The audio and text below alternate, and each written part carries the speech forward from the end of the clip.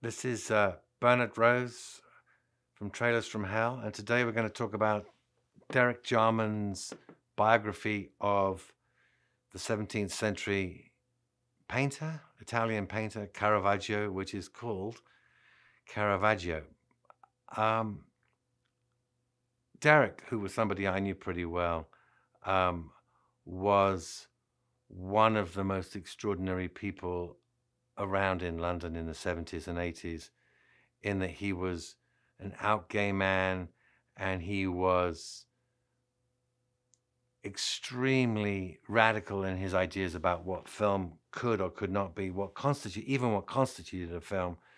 But somebody at some point in the 70s had suggested to him that he make a film, a biography of Caravaggio, whom he knew nothing about, by the way.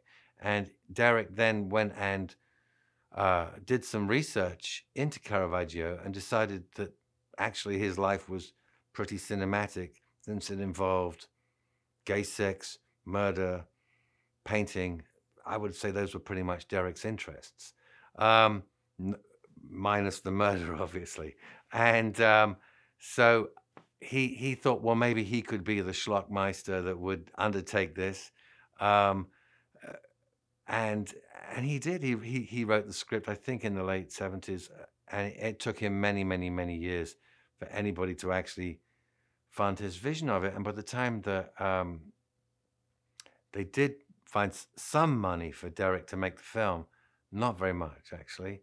It was in the mid 80s, and he had to do it in a kind of limited, contained way, almost like a Dreyer movie or something. And in fact, he did it all entirely in a warehouse in in London. They never went anywhere near Italy.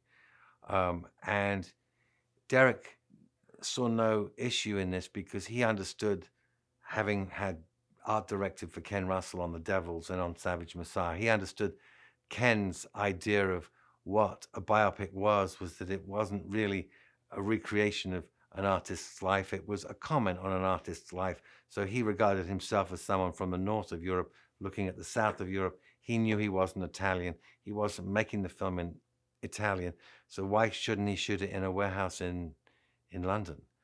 Um, and, Derek found, bizarrely, a lot of movie stars who weren't movie stars before this film and put them in this film, most notably Tilda Swinton and Sean Bean and Dexter Fletcher, who, of course, ended up becoming a well known director. Um, and Derek knew that the problem with films about artists is that you always end up with the art department mocking up some bad version of the painting in progress, and it doesn't really look like a Caravaggio. The picture might look like a Caravaggio, but it doesn't have the essence of a Caravaggio.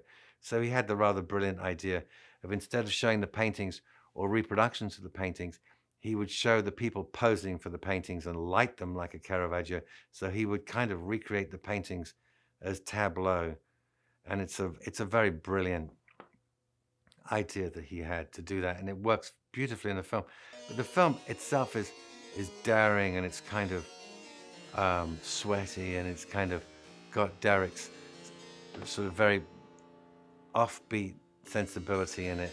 And Derek's films were always kind of like a kind of party that was going on. There happened to be a film happening as well, um, and it was always a very uh, brilliant and kind of exciting place to be.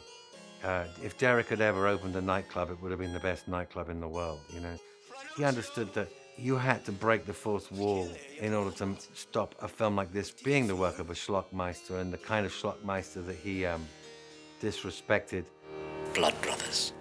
Has the most incredible costumes. The costumes were actually the first film that Sandy Powell worked on. But one of the things that's stunning in Caravaggio is that I would say 80% of the costumes are 17th century, and 20% of them are just 1980s jackets or clothes or uniforms. And, she has Robbie Coltrane dressed as a bishop, and he has a big mustache, and he just pulls it off in the middle of a take. These slanders against my personal life must stop. It's got that kind of feel of a film that actually really gets under the fingernails of the artist and is about the idea of what an artist is, rather than just chugging through the kind of uh, the the various points of his life. So yeah, I think it's a brilliant movie. It might be Derek's best film. It's his most accessible film, and Derek is definitely somebody who's worth looking into if you haven't.